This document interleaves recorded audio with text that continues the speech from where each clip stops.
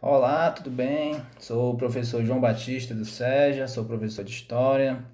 E esse vídeo é destinado aos estudantes do SEJA Frei José Ademir de Almeida. O objetivo desse vídeo é repassar para vocês, que vão fazer o INSEJA 2020, de algumas questões bem corriqueiras que já caíram em exames passados, tá certo? Então, vamos lá. A nossa primeira questão aí está mostrando aí uma imagem e um pequeno texto, né? Então, essa imagem aí é de Dom Pedro II e vamos ver aqui o que é que o texto está pedindo.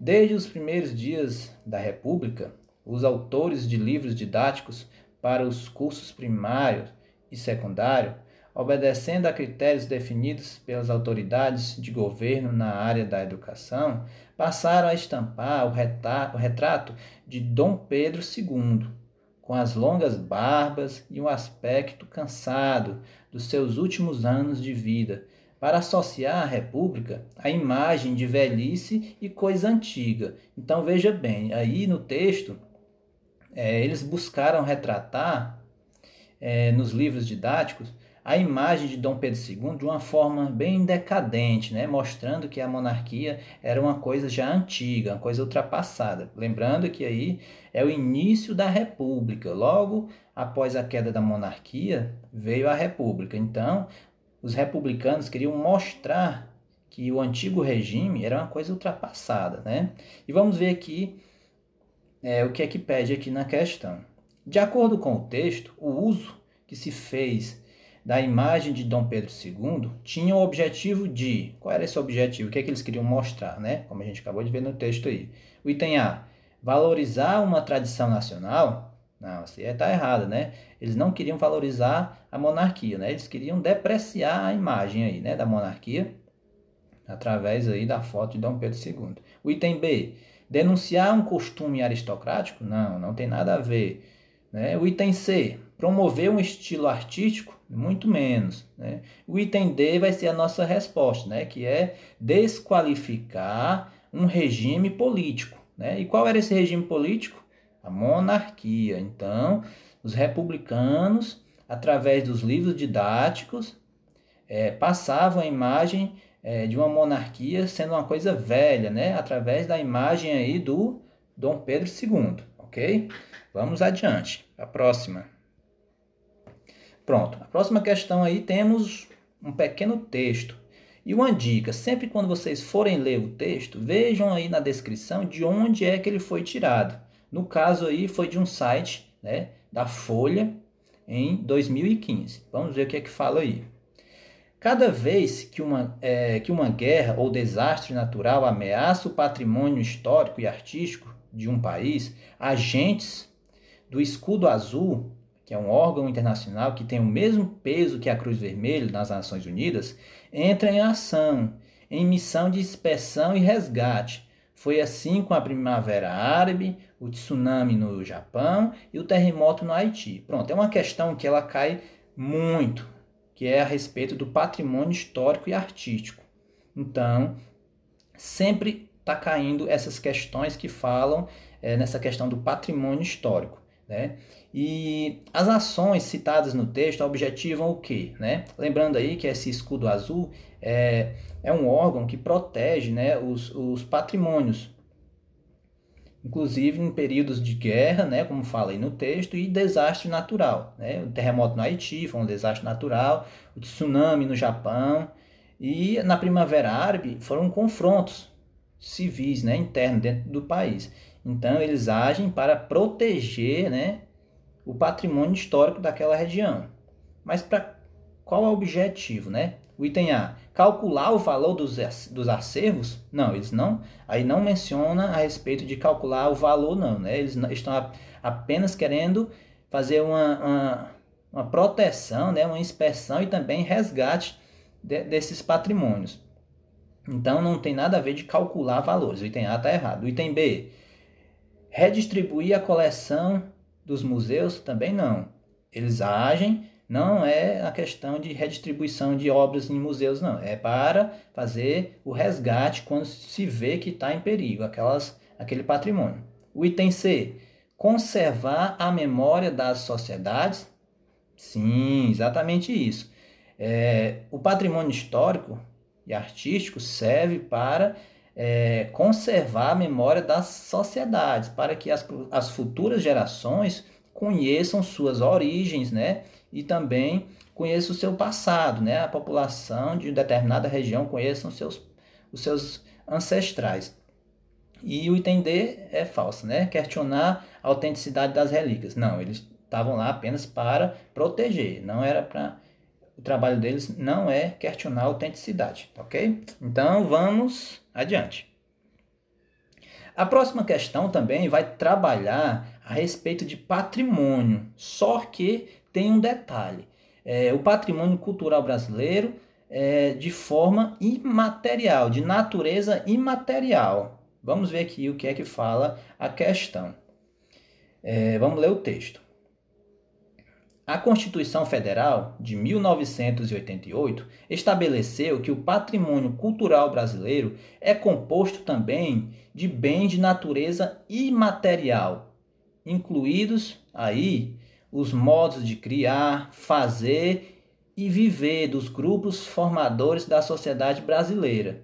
Os bens culturais de natureza imaterial fazem respeito àquelas práticas e domínios da vida social que se manifestam em saberes e modos de fazer, celebrações, formas de expressão cênicas, plásticas, musicais ou lúdicas, e nos lugares tais como mercados, feiras e santuários que abrigam práticas culturais coletivas. Então, foi um texto aí tirado do site O que é Patrimônio Material, do site do IPHAN, do governo. E a questão pergunta: qual dos bens apresentados representa o tipo de bem cultural citado no texto? Então veja bem, a gente vai analisar os que são bens de natureza imaterial, aquelas que foi expresso aí no texto, né? Está explicando o que é esse bem imaterial.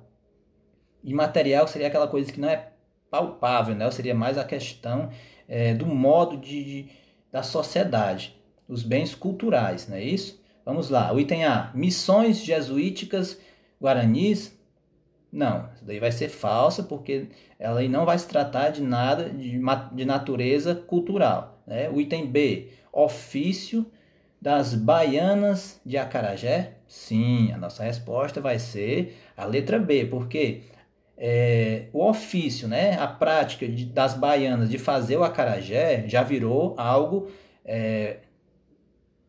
de um patrimônio, né, cultural brasileiro, porque quando você fala, você já lembra logo da região da Bahia, né, que tem as baianas que fazem o acarajé. Aquilo já se tornou-se um bem cultural brasileiro, que são as baianas do acarajé, né? E tantos outros, né, como o caso dos vaqueiros do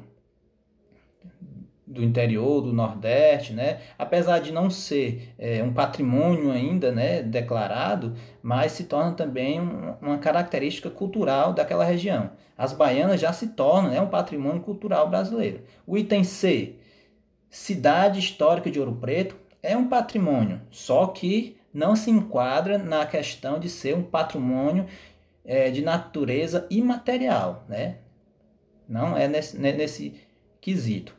E também o item D é falso, porque é o Parque Nacional da Serra da Capivara. Também é um parque, é um patrimônio, né? Só que não é de natureza imaterial, ok? Então a nossa resposta aí fica sendo o item B, apenas o ofício das baianas de acarajé, ok? Muito bem, vamos para a próxima questão.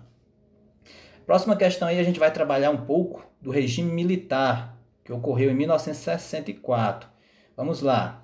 A Marcha da Família com Deus pela Liberdade, que foi em março de 1964, constitui numa série de manifestações, gravem bem essa palavra, manifestações organizadas principalmente por setores do clero e por entidades femininas, em resposta ao comício realizado no Rio de Janeiro em 13 de março de 1964, durante o qual João Goulart, que era o atual presidente da época, anunciou seu programa de reformas de base. Então vejamos aí, vamos entender o texto, né? O texto está falando que houve uma marcha, né, junto aí com o setor do clero, entidades femininas, né, e fizeram uma manifestação, né? O evento descrito foi uma reação da parcela da sociedade que tinha como objetivo, qual era o objetivo? Conter os grupos guerrilheiros. Não, o texto não fala de grupos guerrilheiros, né? O texto está falando aí de uma manifestação que teve no Rio de Janeiro por causa de um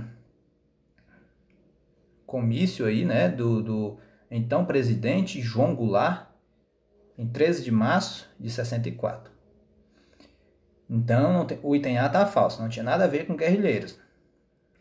O item B, criticar as propostas dos liberais, também não está mencionando a questão dos liberais, né? O item C, apoiar a deposição do presidente, aí vai ser a nossa resposta, né? Porque pelo texto dá para entender que eles estavam insatisfeitos com as reformas de base do João Goulart. Então, eles foram manifestar, né? Juntos aí contra o governo de João Goulart.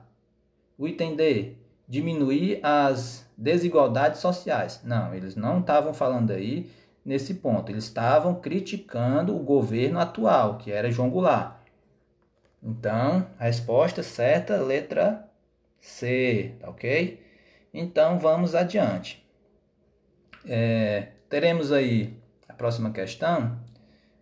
Temos aí um desenho, né? E um pequeno texto aí, né? Não é nem um texto, já é o comando da questão. A imagem, vamos analisar a imagem aí. Queremos um Estado a serviço da nação, que garanta direitos a toda a população. Então, esse cartaz aí, que foi o 18º grito dos, ou das, né, excluídos ou excluídas.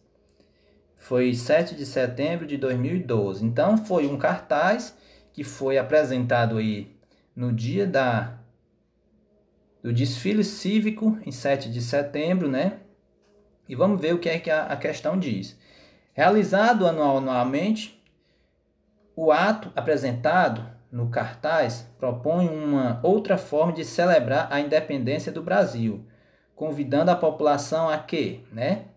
Então, esse ato aí, que foi apresentado no dia da independência do Brasil, né, a celebração da independência, o item A fala: investigar atos de corrupção?